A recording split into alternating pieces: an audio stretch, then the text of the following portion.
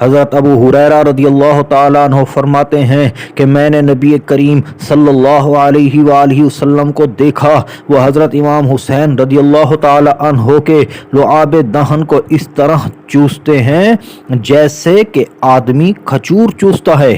یمتص لعاب الحسین کما یمتص الرجل التمرۃ، نور الابصار صفحہ 114۔ یعنی آقا صلی اللہ علیہ وآلہ وسلم امام حسین کے لعاب دہن کو اس طرح چوستے ہیں جیسے کہ آدمی کھجور چوستا ہے۔